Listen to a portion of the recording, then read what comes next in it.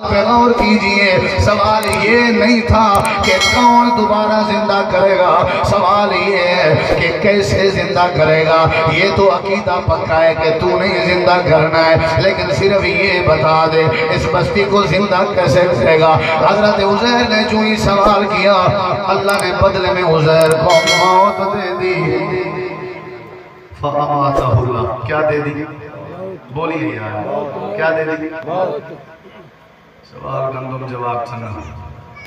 سوال یہ ہے بستی کیسے آباد ہوگی؟ اللہ نے جواب میں موت دے دی۔ پھر پوچھے گا جواب، موت آ گئی۔ ادھر دیکھیے کیا آ گئی؟ نبی کے لیے میں لفظ کون سا بار بار پڑھ رہا ہوں؟ بولو۔ اس کا مطلب اہل حدیث وہابی نبی کے گستاخ ہوتے ہیں، لفظ موت کا ذکر کرتے ہیں، حالانکہ نبی تو صرف برقع لے جاتے ہیں، تبدیل کر جاتے ہیں، چادریں تبدیل کر جاتے ہیں، ادھر ہی ہوتے ہیں۔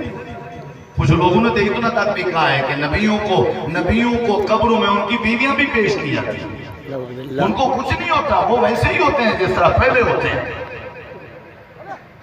نبی کے لیے لفظ موت اللہ نے ذکر کیا ہے، اور زمین پہ سب سے بڑھ کے نبی کے ساتھ اگر کوئی محبت کرنے والا ہے تو وہ پروردگار ہے۔ اللہ ادب کے سارے تقاضے جانتا ہے کہ نبی کے لیے کون سا لفظ استعمال ہونا چاہیے۔ یہاں بھی اللہ نے یہ نہیں کہا فَأَنَامَهُ اللَّهُ، اللہ نے عزیر کو نیند دے دی، حالانکہ نیند اور موت ملتی جلتی چیزیں ہیں۔ جب بندہ رات کو نیند کر رہا ہوتا ہے تو یہی کہتا ہے نا کہ اللہم بسمک اموت و احیا، حالانکہ نیند کر رہا ہوتا ہے۔ یہ تو نہیں کہتا نا کہ اللہم بسمک انوم و احیا، نہیں، نیند موت برابر کی چیزیں اللہ کہہ دیتا فَأَنَامَهُ اللَّهُ، اللہ نے موت دی، اللہ نے نیند دی، نہیں۔ ادھر توجہ کیجئے، حضرت عزیر علیہ السلام نے سوال کیا یا اللہ کیسے زندہ کرے گا؟ ادھر دیکھیے ذرا، علماء کرام تشریف لا چکے ہیں اور دور دراز کا سفر کر کے آپ کے پاس پہنچے، آپ کی محبت کو دیکھ کے وہ آئے، ورنہ جب آپ کا سفر ذہن میں آتا ہے فوراً بخار 102 پہ چلا جاتا ہے، واللہ جب سفر ذہن میں اور جب آپ کی محبت ذہن میں آتی ہے تو پھر ساری چیزیں بندہ بھول کے چل پڑتا ہے۔ یہ آپ کی محبت ہے، ادھر تشریف ہے، توجہ میری طرف کیجیے۔ اللہ نے اٹھانا ہے کہ نہیں؟ دوبارہ زندہ کرنا ہے کہ نہیں؟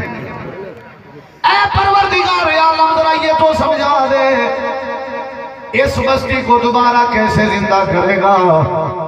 آخری بات ادھر دیکھیے، اللہ تعالیٰ نے حضرت عزیر نبی کو موت دے دی۔ مسئلہ سمجھا رہا ہوں بار بار، قرآن کریم کی آیات پڑھ پڑھ کے سمجھا رہا ہوں کہ اللہ نے دوبارہ اٹھانا ہے۔ اللہ کے مقابلے میں اللہ کے سامنے دوبارہ زندگی دینا کوئی مسئلہ نہیں ہے۔ اللہ نے حضرت عزیر کو چنانچہ موت دے دی۔ ادھر دیکھیے، جب اللہ کریم نے اٹھایا تو اللہ نے سوال کیا کم لبثت، عزیر نبی کتنا عرصہ ہو گیا ہے تجھے یہاں رہتے ہوئے؟ حضرت عزیر جواب دے رہے ہیں لبثت یوما او بعد یوم، ایک دن یا دن کا کچھ حصہ گزر چکا ہے۔ اللہ فرما رہا ہے بل لبثت مئۃ عام، اے میرے عزیر دن یا دن کے کچھ حصے کی بات نہیں، اللہ نے تجھے یہاں 100 سال ٹھہرایا۔ کتنا؟ بولیے، 100 عام، قرآن گواہ ہے، کتنا؟ 100 سال۔ اللہ بھی سچا ہے، نبی بھی سچا ہے، نبی دن اور دن کا کچھ حصہ کہہ رہا ہے، اللہ 100 سال کہہ رہا ہے، دونوں سچے ہیں۔ کیا خیال ہے یا اللہ مسئلہ کیا ہے؟ حضرت عزیر 100 سال کا عرصہ زمین کے اوپر رہے، 100 سال میں ہوائیں چلتی رہیں، 100 سال میں دن طلوع ہوتے رہے غروب ہوتے رہے، 100 سال میں زندگی کا سرکل چلتا رہا۔ حضرت عزیر زمین کے اوپر سوئے ہوئے ہیں، 100 سال کے عرصے میں نہ ہواؤں کا پتہ چل سکا، نہ دنیا کائنات کے سورج کے طلوع غروب کا پتہ چل سکا۔ بندہ زمین کے اوپر سویا ہوا ہو بھی اللہ کا نبی، پھر بھی دنیا کائنات کے سرکل کا پتہ نہیں چل سکتا۔ اگر اللہ کا کوئی بندہ نبی بھی نہ ہو اور زمین کے اندر چلا جائے، منامن مٹی اس کے اوپر آ جائے، اس کو کیسے پتہ چل جاتا ہے کہ میری قبر پہ چڑی ہے کہ چڑیا ہے، میرے قبر پہ بندہ ہے کہ بندی ہے؟ اس کی قبر پہ جتنی مرضی تالیں چھڑکاؤ اسے پتہ نہیں ہوتا، جتنی مرضی کھجوریں آپ اس میں لگاؤ پھر بھی اسے پتہ نہیں ہوتا، جتنی مرضی پانی چھڑکا کر دو اسے پتہ نہیں ہوتا۔ حضرت عزیر کو پتہ نہیں چلا، اس وجہ سے دن اور دن کا کچھ حصہ کہہ رہے ہیں۔ حضرت عزیر کو اللہ نے کہا اے میرے نبی تیرے سوال کا جواب تو مل گیا، وہ یہ ہے کہ کیسے زندہ کرے گا؟ اگر 100 سال کے بعد میں تجھے زندہ کر سکتا ہوں تو اس بستی کو بھی دوبارہ کھڑا کرنے پہ قادر ہوں۔ مزید سمجھانے کے لیے اللہ نے کہا اے میرے نبی ادھر اپنے ناشتے پانی کھانے کی طرف دیکھیے، فانظر الی طعامک و شرابک۔ جب حضرت عزیر نے کھانا پینا دیکھا اللہ فرماتا ہے لم یتسنى، بدبودار نہیں ہوا تھا، تازہ کھانا پڑا ہوا ہے۔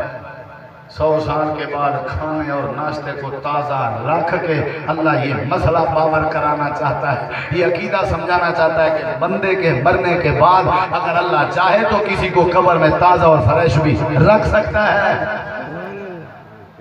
ناشتے کو تازہ رکھنے کی یہ دلیل ہے کہ اللہ اگر چاہے تو مرنے کے بعد بھی کسی کے جسم کو تر و تازہ رکھ سکتا ہے۔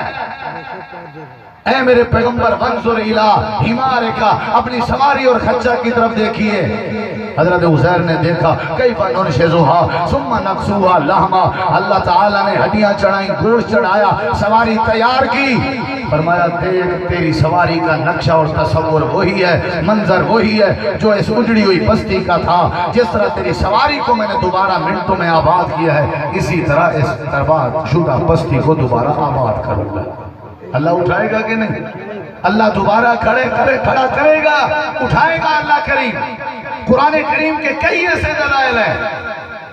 حضرت ابراہیم علیہ السلام نے کہہ دیا وَإِذْ قَالَ إِبْرَاهِيمُ رَبِّ أَرِنِي كَيْفَ تُحْيِي الْمَوْتَى، اللہ بتا مردوں کو کیسے زندہ کرے گا؟ اللہ نے فرمایا أَوَلَمْ تُؤْمِنْ، آپ کو یقین نہیں ہے؟ اللہ مجھے یقین ہے، تسکین قلب کے لیے، اطمینان قلب کے لیے میں نے سوال کیا ہے۔ تو اللہ نے کہا 4 پرندے پکڑو، فخذ اربعۃ من الطیر، انہیں بولی سکھاؤ، پھر ذبح کرو، پھر مختلف جگہ پہ ان کے آثار رکھو، پھر بلاؤ۔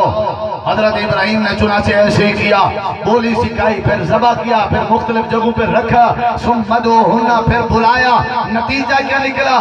نتیجے میں ابراہیم کے سوال کا جواب ملا، وہ یہ تھا کہ یاتینا کا سایہ، وہ پرندے سارے جو مر چکے تھے، ذبح ہو چکے تھے اور مختلف جگہوں پہ پھیل چکے تھے، دوڑتے ہوئے دوبارہ ابراہیم کے پاس آ گئے۔ اللہ فرماتا ہے قیامت کے دن میں نے سب کو ایسے زندہ کرنا ہے جیسے میں نے پرندوں کو زندہ کرے گا کہ نہیں؟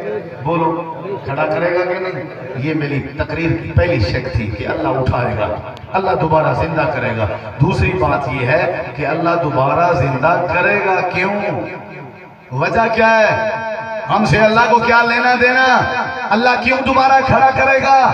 یہ ایک تفصیلی بات ہے، اگرچہ اسی موضوع سے متعلقہ ہے لیکن ہے تفصیل طلب، زندگی باقی رہی تو اگلی دفعہ یا کسی اور موقع پہ یہ چیز آپ نے مجھے یاد کرانی ہے، میں آپ کے سامنے رکھوں گا کہ اللہ قیامت کا دن لگائے گا کیوں اور قیامت کے دن کیا کیا ہوگا۔ اللہ سے دعا ہے اللہ آپ تمام لوگوں کی تشریف آوری قبول فرمائے اور بلوچستان کے جو قائدین تشریف فرما ہیں ان کی سرپرستی کو اللہ قبول فرمائے، خصوصاً پیارے بھائی حافظ عنایت اللہ کھوسا صاحب، ان کے مکمل دوست احباب رفقا، اللہ ان کو جزائے خیر دے، مولانا عبد الرحمن ثاقب صاحب اور مولانا حافظ محمد عثمان صاحب اور مقامی احباب باقی جتنے مہمانان خصوصی تشریف لائے ہیں، مولانا شبیر احمد جمالی صاحب، مناظر اسلام مفتی جمال، مولانا مبشر احمد ربانی صاحب اور فخر القرہ، نجم القرہ، شمس القرہ، محترم جناب قاری عبدالسلام عزیزی صاحب، اللہ سب کی تشریف آوری باعث نجات بنائے۔ وآخر دعوانا ان الحمدللہ رب العالمین۔